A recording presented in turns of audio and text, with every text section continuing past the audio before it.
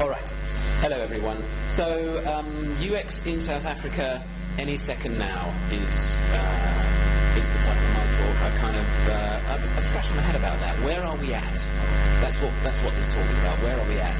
And any second now was my summary. So let's see how we do. So my name's Phil. I'm from Flow. Flow's a company that's been doing UX in South Africa for about 7 years. We've done it for a surprising number of companies, which is quite encouraging, yeah? And it's sort of a bit like those matches, yeah? One leads to another, leads to another, leads to another. And the question is really, so UX in South Africa, how are we doing? Where have we got to? How's it going? So I've got a few examples of UX from South Africa that I've pulled together, and my first one is this one. So this was in a cafe in Cape Town, Cash and SnapScan only. I think SnapScan is amazing, and I think that South Africa should be very proud that they came up with this thing and that they implemented this thing, and it's awesome, and we need to see it rolling out more and more, and it's a great South African invention and a great piece of UX. And it's very interesting because so many companies have tried to do the digital wallet thing. They've tried to do the digital wallet thing. But SnapScan, I think, at least if I understand the story correctly, are the people who found some simplicity in it and found a way through. So I think SnapScan's awesome, and I've seen people using SnapScan who don't really know what a digital wallet is, but they use this successfully. So well done, SnapScan. I'm also going to pull out the obvious choice, ladies and gentlemen, Yuppie Chef, yeah? So if any of you somehow have missed out on the fact that Yuppie Chef exists, I'm now filling you in, yeah? Those guys do a stunning job on their UX design. They pretty much do it all in-house. They're a very talented bunch, and you can't fault it, or you can barely fault it. Yeah, the IA is spectacular, the visual design is spectacular, the tone of voice is spectacular. Yeah, I mean, if you are in any way nervous about shopping online, once they've given you a good talking to about how carefully they will look after you, you're convinced and you're sold. Yeah, so I think an awesome example. Some others that maybe are a little weaker, yes, they're not very hard to find, I'm sorry to say. So I went online banking a couple of days ago. I wanted to pay for my camping trip, actually, and I nipped over to my online banking website, and they said, no, stop with your online banking. We need you to choose some features from the features store, which is apparently the way banking should be, yeah? You can explore the features store. And I thought, oh yes, I'll stop the urgent transaction I needed to make, and I'll go and explore the features store, because I need more features. My life is featureless, perhaps, and I need some features. So there we go. I rummaged around in there, and I'm still not quite sure what was the point. I think they were trying to sell me a new bank account, even though I already have 3 with them and a mortgage, but I'm not exactly sure what the point. And then since I'm going camping also, I nipped over to Outdoor Warehouse, which is a fantastic shop, and as I arrived on the site, the very first thing they said, before I could see the content, was, why should I register? And I thought, yes, why indeed? In red, why? They're asking themselves. Like, we're going to force the customers to do it, and we don't really know why we're doing that either. Yeah. So quite a peculiar interaction there to sort of force me to give my name and address before I even know if they have the tent that I'm looking for. Another site I'm going to pull out, which is one of my favourite ones, is this guy. I think this is great for entertaining cats. There it goes again. Oh. It's awesome, mate. You can actually stare at it for hours. I think they've sort of achieved kind of carousel, that will take carousels to a new level. It's sort of carousel nirvana. Yeah? You can just sit there watching those little things go. There they go. And whatever it was you came for, your mind is rapidly erased. Yeah. See the carousel. But no, if you can regain control of your faculties, you can use that top nav bar to navigate over to go and find out how the price plans are structured, and you can move your mouse over to the. You can move it. You can move your mouse over. You can move it. Okay, you can go that way, and then you can pick from there with the price bundle.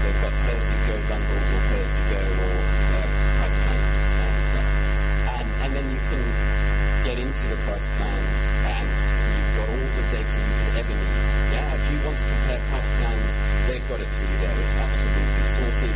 There are multiple thousands of price plans that you can choose from, with all sorts of fascinating ones. But my favourite one is the one that also gives you your chance to win your own plane, which is definitely what I am looking for when I choose. Hi. You can't hear me. But if I do that, you can hear me. I'm going to have to do the whole talk bending over. What I'll do is I'll go round the side. Hold on. How's that? I don't know. Okay. I'll sort of lean like this, as if I was leaning on a bar. Any better? Okay. So anyway, you can win your own plane, that's what I was saying, which is bang on the money, yeah? If I'm looking for a price plan, winning my own plane is actually what I really had in mind. I just wasn't saying. Got the sarcasm. Okay. So, I mean, you know, we've seen some stuff there. We've seen some kind of interrupting my task. We've seen asking me to identify myself in exchange for no visible benefit. We've seen some wacky interaction design. We've seen some unmanaged data, yes, and massive quantities of stuff that our giant organization can produce, but the content isn't herded into any reasonable form. And we've seen some marketing out of control. So those are some typical themes you might see in the world of UX. Oh, and I guess there's always one more, yeah? You can rely on them, yeah? You don't always actually win a game. In fact, on this occasion, I'm afraid perhaps you don't win. I don't know if you can actually see there's a cascading menu going right across the middle of that thing, which is quite something to operate. And it's kind of interesting. I was thinking, well, why is game like this? And I bet there's somebody at game, maybe there's somebody here today who can explain. You know, it's not worth fixing. It's not worth making a proper e-commerce site because there's not enough demand. People who buy from game aren't going to be shopping online. There's no point in investing in that, and so on. So we'll just leave it like this. And I suppose there's a couple of answers. First of all, you are going to have to create the market. So if you put a poor product in front of people, then yes, people won't choose to use it, and you will have the self-fulfilling prophecy of, well, we did some e-commerce and it didn't work, nobody seemed to want it, so I don't know, we're not going to bother with that again. And secondly, just because the game is competitively priced doesn't mean it has to be complicated. In fact, if it's competitively priced, shouldn't it be really, really simple? So, I don't know, the logic here doesn't quite make sense for me. Okay, so yeah, what have we seen? We've seen some pockets of excellence, and we've seen some organisations, and if you look around South Africa, you do see a lot of them, organisations who don't really know what their target users want to do online, and don't really know how to help them, or encourage them, or enable them, or empower them to do it. And a lot of organisations that are struggling to handle their own size and their own complexity, and that produce more variety and more stuff and more content and more products and more services than you can safely put on the web without hurting somebody quite badly. And so why does all this matter?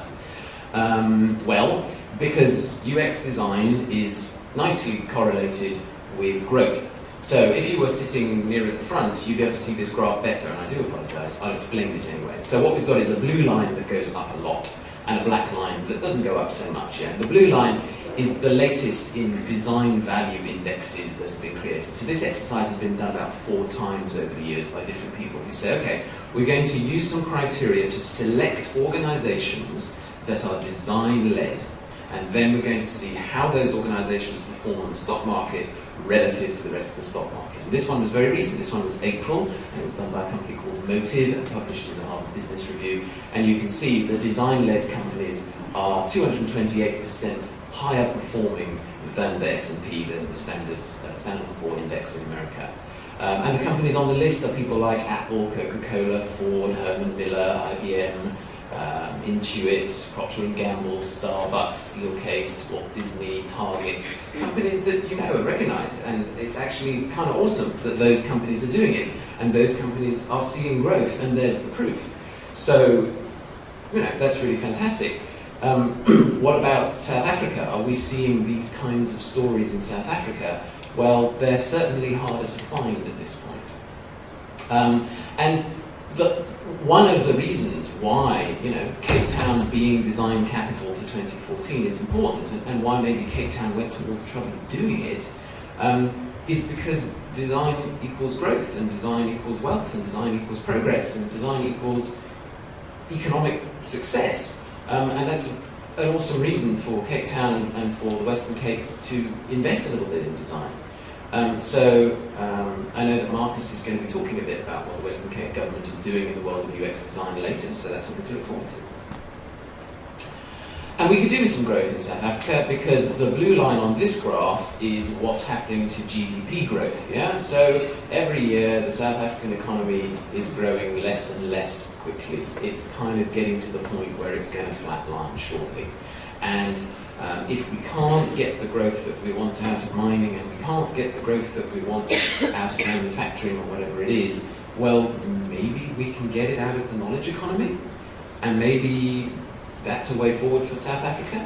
And if we don't have good UX, then our knowledge economy is always going to be spinning its wheels. So there's some pretty important stuff at play, I think. Cool.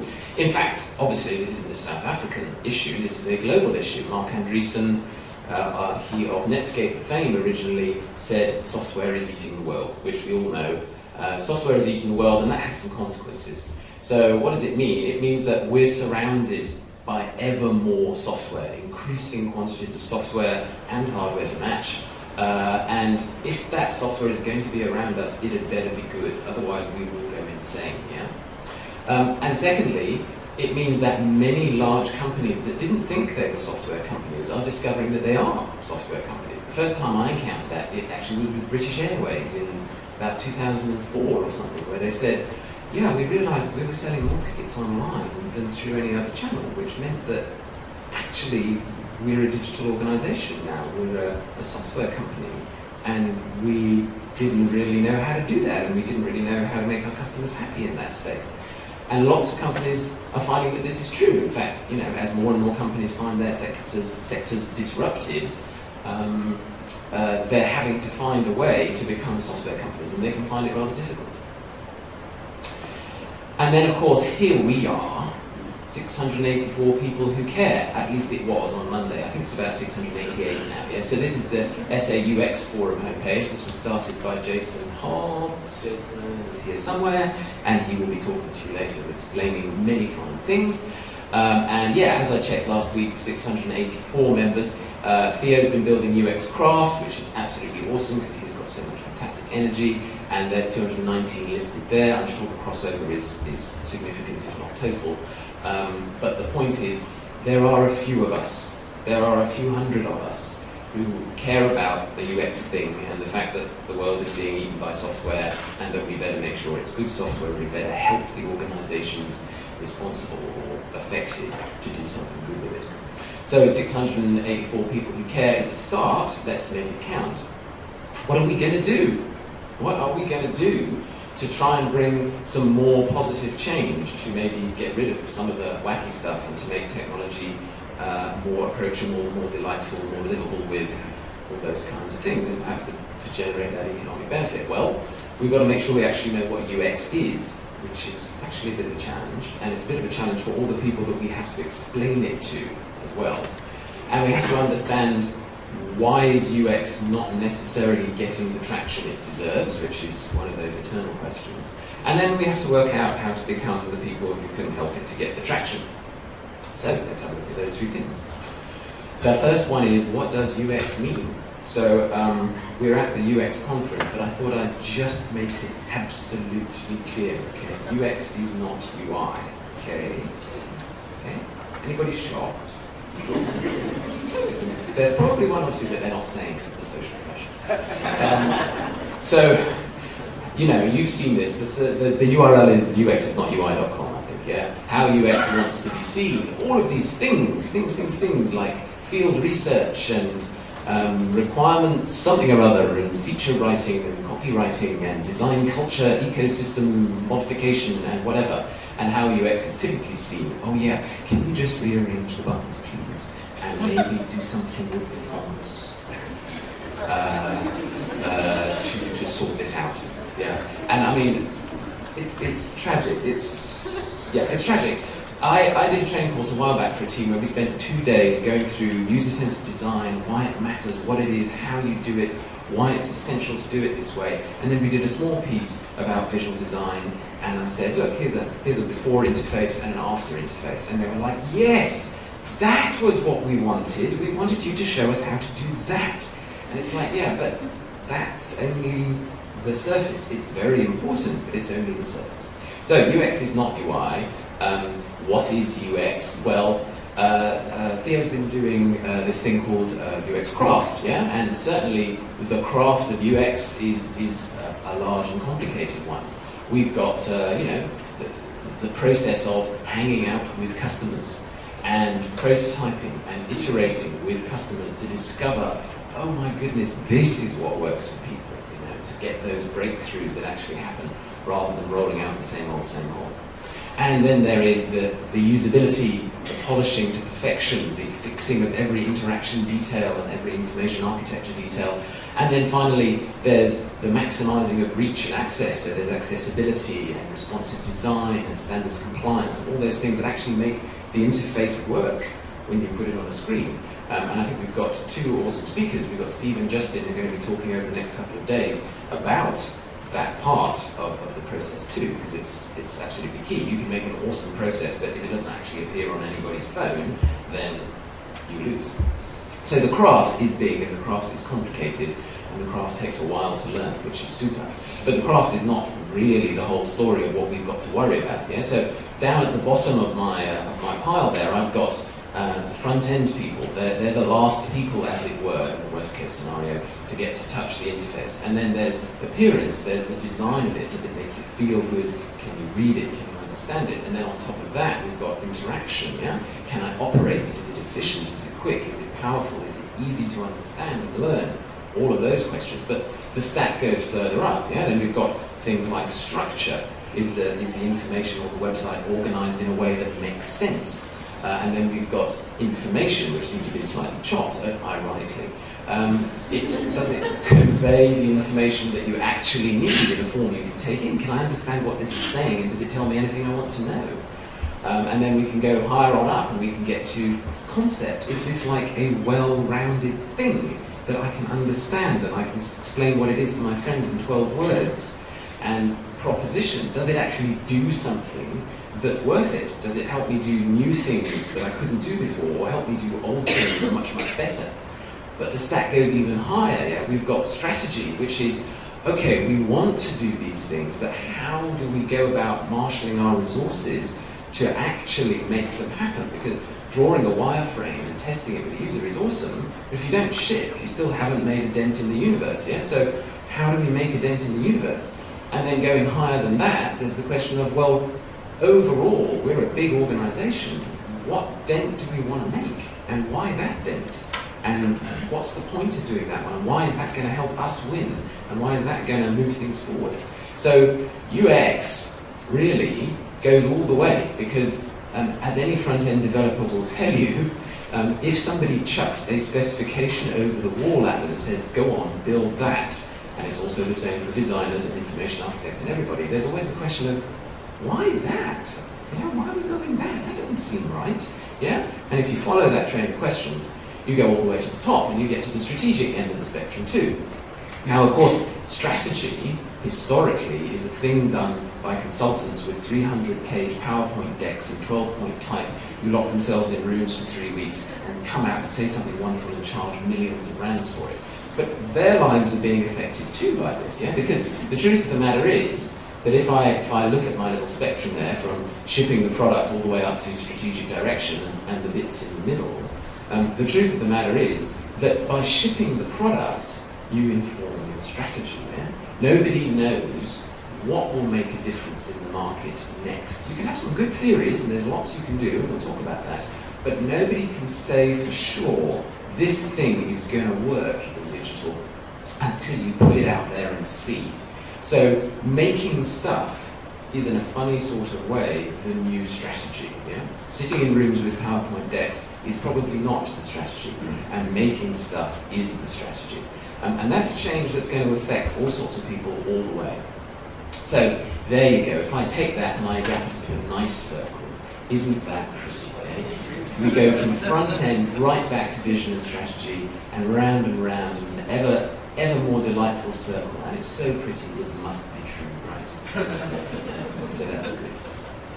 Okay, so that might be what UX is, and if you start to think about UX like that, well, you can see that UX is key to everything that's going on, yeah? Oh, hang on, we've got one more slide I wasn't expecting. This is a good thing. So, UX, right, you are not a user experience designer unless. So this is David Perel, who's CEO of Obox, who makes awesome WordPress themes, and he put out a blog post recently which caused a bit of a stir, yeah? There's a massive difference between creating interfaces which look beautiful and creating interfaces which your target market will actually use. Until you have observed in silence someone using the product you've created, you could not possibly understand how mind-altering it is to see your work torn apart.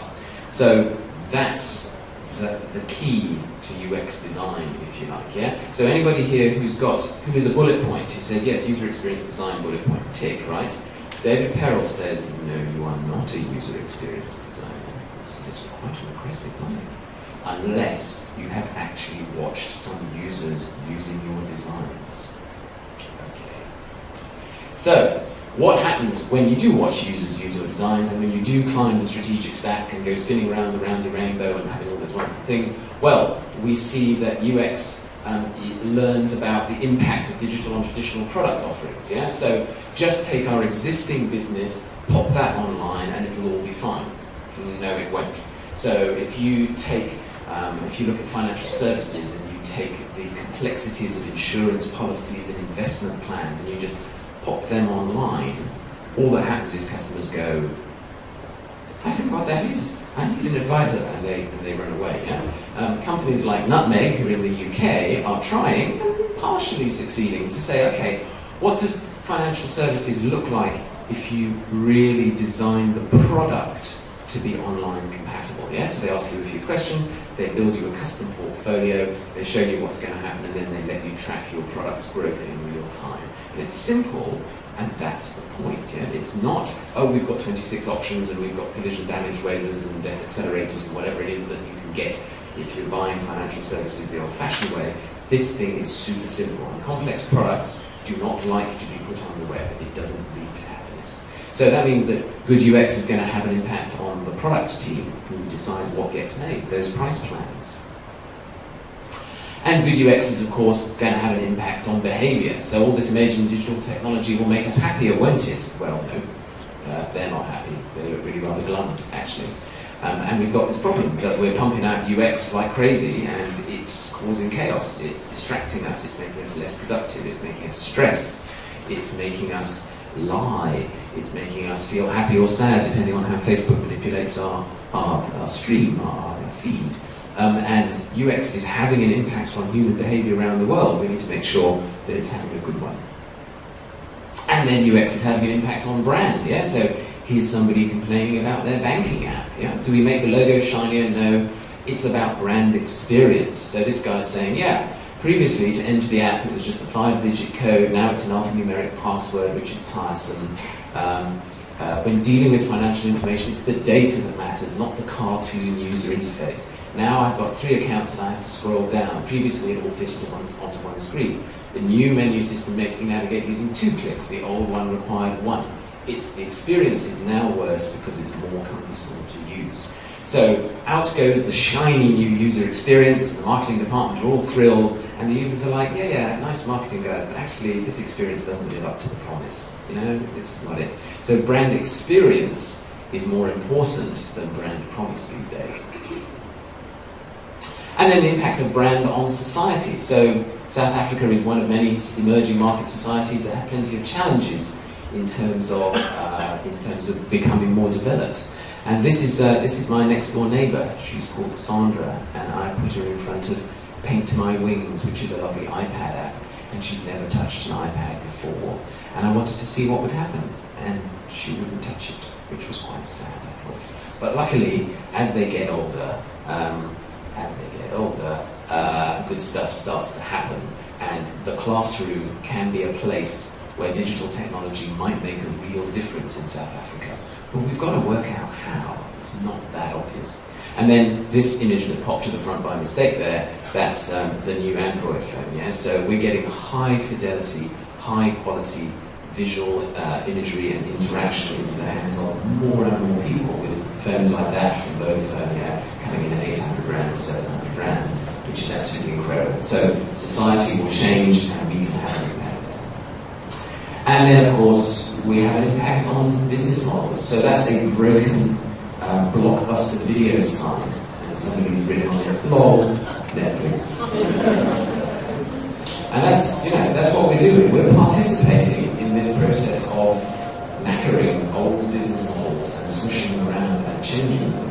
And sometimes you've got to wonder if it's really for the good. And we've got to make sure that the changes that we're responsible for are making things better rather than just breaking things for the hell of it. In the case of Blockbuster Video, there was that funny experience of going to Blockbuster and the smell of sort of rotting popcorn and unwashed carpet tiles, which had a magic feeling for me. But generally speaking, I think this might be a development in the right direction. Okay, so we're having a pretty big impact, and we can have a pretty big impact if we can get our act together. And we have to have an impact by denting these large organizations. And the organizations that make the user experiences that we as South Africans do experience, they have some issues and we need to help them. So most CEOs have heard that this UX thing is important. Yeah? Right now, in the boardrooms of many, many South African companies, especially the larger ones, people are saying UX. They're saying it, they don't quite know what it means, but they are saying it. Design, innovation, user experience, this matters, we need to do more of it, and the CEO is quite clear that it has to happen, and he says to his team, off you go and do some customer centricity, off you go and do some innovation. But unfortunately, the teams don't necessarily know how to do it. There are smaller organizations generally, and some big ones, but smaller organizations in South Africa that do. And this is a very, very interesting thing. So this is Steve Blank's investment readiness level. He's a startup guru at the University of Stanford. Try to do that for 99 rand a month, and I so I got into the boardroom. It only happened once or twice. So I've got a nice link-based slide view there. The designer was invited into the boardroom and never guessed what they found. Click. I've got really got the time. Well, what I found in the boardroom was confusion. Yeah, it reminded me quite a lot of my daughter's bedroom, in fact. What I found was smart people, because my daughter is smart, smart people trying to wrangle a whole bunch of things they didn't really understand. Too many counterintuitive truths about software. And they, the people in the boardroom, they're not stupid. They're very, very clever. They're in the boardroom. They got there for a reason.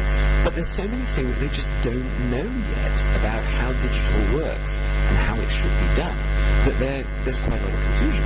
So they're sort of saying, well, I've ticked all the boxes, yeah? Why isn't this digital thing working? And I don't know if you can see that, but this is a puzzling little picture, yeah? It's got a handle, it's got a head, it's got bristles. But if you tried to sweep the floor with it would be murderously difficult, yeah? And that's kind of what some of the executives are saying. They're saying, well, we're doing all these things, we're spending a fortune on software, and we're trying this, and we've got a marketing department, and we've got all these people. Why isn't it working? Why isn't it coming together? They've got some other questions too. Things like, well, how did our competitors get so far ahead so fast? And why can't we organise and focus our business on doing the right thing in digital? Why do we seem to always be kind of herding cats? And why is my digital presence so stale? Those guys, theirs is all new, and mine feels like it was last updated in 1998. And why do we keep shipping things that actually don't really make a difference? I'm pouring money into this thing and nothing's happening. Why doesn't this work? So let's have a look at some of those. How did my competitors get so far ahead so fast? Well, the answer to that, in my book, is because they started work 2 years ago. Yeah? So it takes 2 years to grow a piece of software, as Tate and Obelix were pointing out. And so if you're going to do that, you've got to start now, and you're going to see business benefit a long time down the track. Yeah, it means you've got to start understanding where the puck is going, what customers are looking for, where the points of pain are, where the opportunities are, and you've got to work with customers to build up enough belief. It's like they really, really do want this. Okay, I've got the guts to do it, yeah, and to think ahead of where we are right now and where the market is right now. Because if you're playing catch up, forget it. Yeah? Why can't we organize and focus our business on doing the right thing in digital? Well, it's still this idea that, is our website really that important? Oh, actually it really is. Our website is one of the key channels to market, like British Airways was saying, yeah? So we better start managing that as carefully as the core product, which means we're going to need a new kind of person whose job is to manage that thing, yeah? Well, we're calling them a product manager, but unfortunately the term product manager has a bit of a problem because organizations have already got product managers, but they do something else. They think about the product, as in what price plan should MTN sell, or what bank account should Standard Bank offer, or something like that. So we need a different name for that, and I'm calling it a digital product manager here, but they do get other names. So product managers and UX people are like Batman and Robin, and to be frank, the product manager is actually the Batman, yeah? So I could have flipped this slide around so that it makes a bit more sense, but then Robin's R would have been mirror image, so you'll just have to bear with me here. So UX is Robin and product management is Batman. So we're great at understanding what customers want, and a great product manager is great at understanding market opportunities and strategy. They speak that language and they can do the numbers and they can work that thing out. And we're great at envisioning how software could be, and they're great at taking it up and taking it around the business, taking it to board level and getting business buy-in. And we're great at working on the details to get the dev team what they need so that they can make something awesome. And the product manager is good at planning how much, how soon, those kinds of things to make that engine work. And we're good at evaluating outcomes, testing things with users and seeing what the metrics tell us. And product management are good at saying, okay, business, here's the situation we're in. What's our next step? What's the strategy for that? And if you've had the privilege of working with a good product manager as a UX designer, you will have found that your life suddenly takes on a whole new meaning, and it's rather wonderful.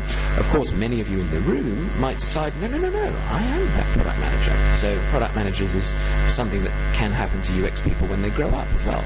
But, take your time, you don't have to rush. Why is my website permanently in need of a redesign, says the boss? Well, because you view digital stuff in terms of projects. So you allocate a budget, you ship a project, you push it in the market, and you walk away. And guess what happens? Your project goes stale pretty rapidly, even if it was ever any good. So you have to change your thinking, yeah? Software projects they don't have an end. They need a continuous budget. They go on for years. They evolve, they change, they grow. They're not a one-shot thing. In fact, as I like to say, digital products are soap operas, not movies, yeah? So a lot of executives think, yep, I make my movie, I put it in the market, the money comes in, and we're done. But actually, they're soap operas. You put episode 1 in the market, you see what happens. You put episode 2 in the market, and if you're lucky, you get a long-running franchise. And then why do we keep shipping things that have no impact? Well, it's because managers, and everybody, but especially managers, can't predict whether a digital design will be successful, yeah? So what do we have to do? We have to get trial and error accelerated. We have to get prototypes happening. We have to get releases happening. And we have to get the management team to say, here's what I want. Please make that happen, as opposed to saying, oh, I think we need this feature and this feature and this feature and this feature. Yeah? The business should say what outcome they want, and it's our job as UX and software practitioners to make sure that those things can happen. So this is Marty Kagan, who was down in Cape Town a few weeks ago, talking about one of the conundrums in this space. Yeah, but you can put a whole. He says instead of using one prototyper for a few weeks, almost every company uses the full engineering team to build the software that is then deployed. That's why it takes so many companies 1 to 2 years to get something usable and useful. They're using the engineering organization to build a very expensive prototype, and they're using their live customers as unwritten test subjects. So that's one viewpoint, and it's a good one about shouldn't we be being a bit smarter about experimenting with customers, associated with this way of thinking, this idea of, well, we're going to build the thing, put it out in the market, and wait for the market to tell us what they think, is the problem that the market won't tell you very much. Yeah? So if you look at this little graph, we've got different kinds of user up the side, going all the way up to evangelist user, all the way down to not using it at all or just trying it out. And we've got how strong are people's opinions on the right. And typically, if you wait for the market to give you feedback, well, you're only going to get feedback from people with very strong opinions and people who are evangelists of your product, and the rest of the market is silence. So you need to go and do some usability testing and find out what the market thinks. They're not actually going to tell you that much. Here's a picture of a user-centered design life cycle. Yeah, we start with research in the top left, we go into concept design, design and deliver, and then we measure what happened in the market. So you can test prototypes using customers, yeah, and traditional user-centered design says, yep, you're going to test lots of prototypes and you're going to achieve perfection before you launch it, and then you're going to see all the glory coming through kind of thing, and that's great, and we love that. We love testing prototypes, and UCD is good, and UX in that space is good, and we must continue to do it because it gets rid of that Marty Cagan problem of spending 2 years to find out what the right answer is. But there's a question you can't ask in the usability lab, which is, would you use this? If you ask that in the usability lab, people will say, oh yeah, I'd use this. I'd use it. And I know they wouldn't. For example, I was testing a social network a while back, and I said, so would you use this at the end of the test? And, you've created an account, you're going to come back and use that. Oh yes, I'll come back. And then we checked over the next 3 weeks. None of them logged in again. Yeah. So, proof. Yeah. People will say, oh, the nice man, he's giving me 300 grand. Of course, I'll use this, yeah, but there's a difference between I would use this and I am using this. So you can't test would you use this with prototypes. You can only get a feel for it, which is why we need to be working so closely with agile teams who can ship stuff quickly into the market and let us observe what's happening in the market. Can we get the metrics? Can we sit next to people and see them using it, and so on and so forth? So what I'm seeing here is UX, and UX as it's now becoming is not just let's make a prototype and test it until it's right and then hand it over to the dev team. UX is again this idea of strategy. Releasing things informs your strategy. Releasing things informs your design and your knowledge. And there's two kinds of research, one in the market and one in the lab, which are both awesome kinds of research. And I suppose linked to this is the idea that nobody's certain of anything. We said you can't be certain in digital space. So this technique that's coming from Lean UX is just a killer. It's really good.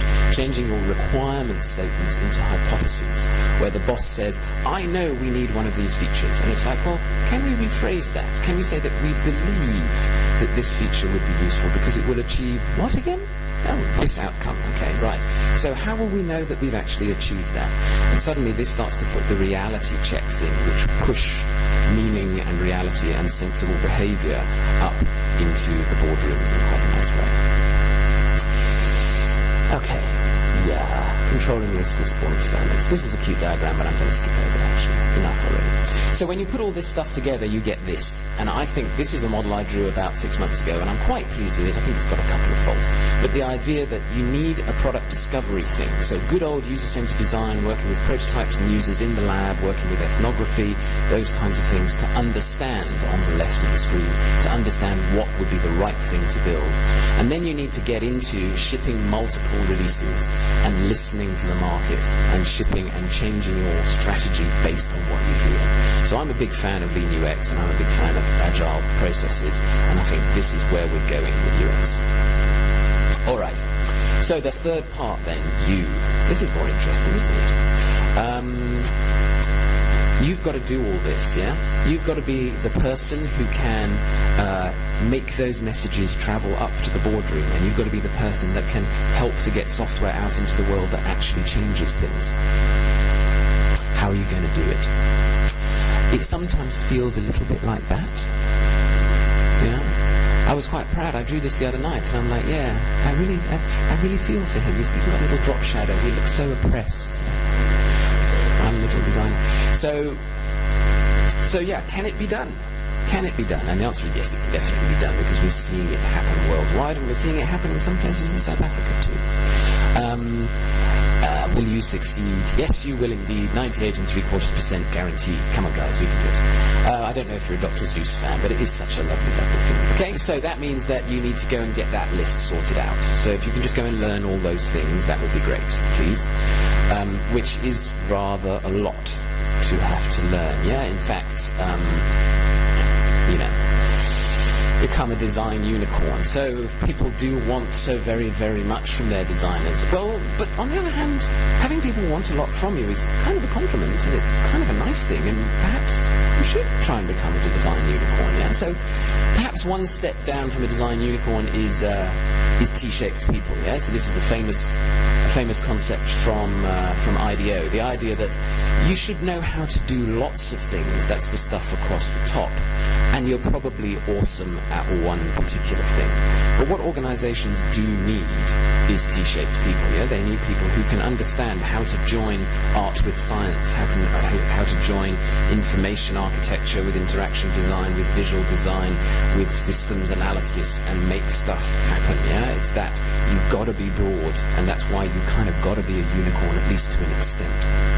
So Jared Spool has been talking about design unicorns quite a lot a little while back, and he says, yeah, actually it's quite easy to become a design unicorn, which was a relief. Yeah. He said there are 5 steps. First of all, train yourself.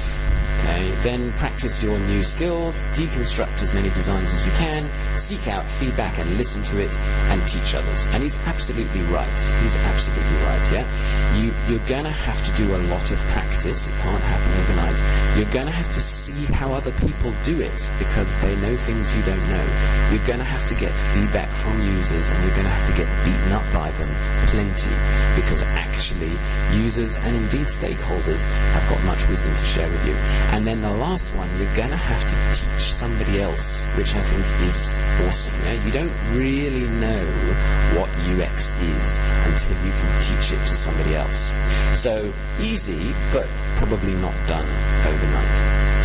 He also says, actually, you don't need to panic so much about that long list of all the skills you needed, the Photoshop and the CSS and the ethnography and the whatever.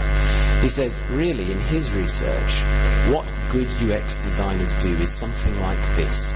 They're actually good at storytelling, and they're actually good at taking ideas and sketching them, making them into reality, taking them from the room and making them into reality. And they're good at presenting, they're good at engaging people and bringing people on with them. And they're good at critique, they're good at helping the room to understand and facilitating, helping the room to understand why this might not be good and this might be good. Yeah? And those things are much softer skills. It's like, actually, he says, being able to wrangle Photoshop, yeah, that's awesome. But being a good storyteller is much, much more important.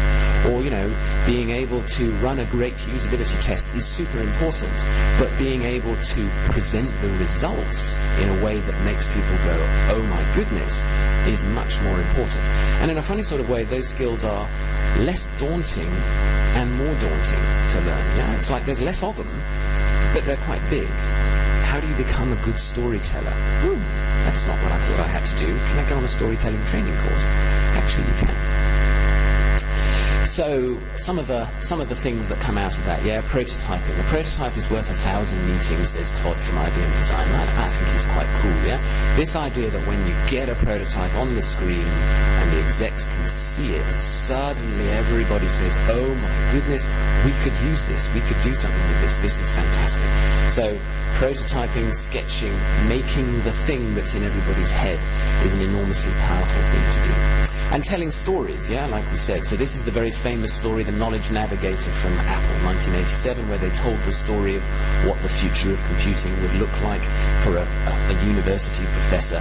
And the little guy in the bow tie there who appears on the interface, he's basically Siri, yeah? So this storytelling, which happened in 1987, is still in the process of coming true. It's almost done now. They've almost got it. He's got a little flat device. He lays it on his desk. He has a chat with it. He has a video conference with somebody else. He shares some information. It's like we're just a hair's breadth off actually achieving this. And the power of this story to evoke that future and give us, let me see, almost 20 years worth of work to do was quite amazing. And then, of course, as designers, we also have to learn to ask stupid questions. So, in fact, next time you're sitting in a meeting and you're like, I don't know what they're talking about, as a designer, you can now feel entirely comfortable with putting up your hand and saying, business means. That's fine. It's a good thing.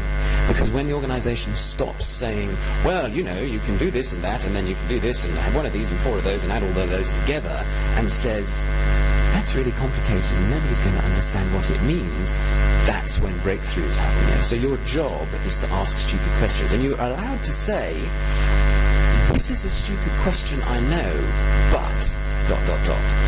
and that protects you a little bit from the scorn of everybody else in the room, but it's incredibly powerful. Yeah? So asking stupid questions, all you've got to, it's easy, I've just taught you how to do it. You've just got to have guts. You've got to say, I don't know what they're talking about. Note that you don't know what they're talking about. Note that that's unacceptable, and then say, I think this may be a stupid question, but... So asking stupid questions is a quickly learned skill, and of course if we did it more often, we would eradicate all sorts of nonsensical stuff. Now this picture you've probably seen flying around the internet as well recently. The business thought that everybody would go through the green gate thing neatly round the side of the boom. But that's a really dumb thing to ask people to do. Why would you ask people to walk in that funny thing like a sheep through a pen? Everybody just wanted to get to the zebra crossing, yeah? And when the business has this assumption, well, everybody will walk where we tell them, and actually it's fairly evident to you that they won't, then just say, I know this is a stupid question, but why wouldn't people just go round the green thing? Shouldn't we make that possible?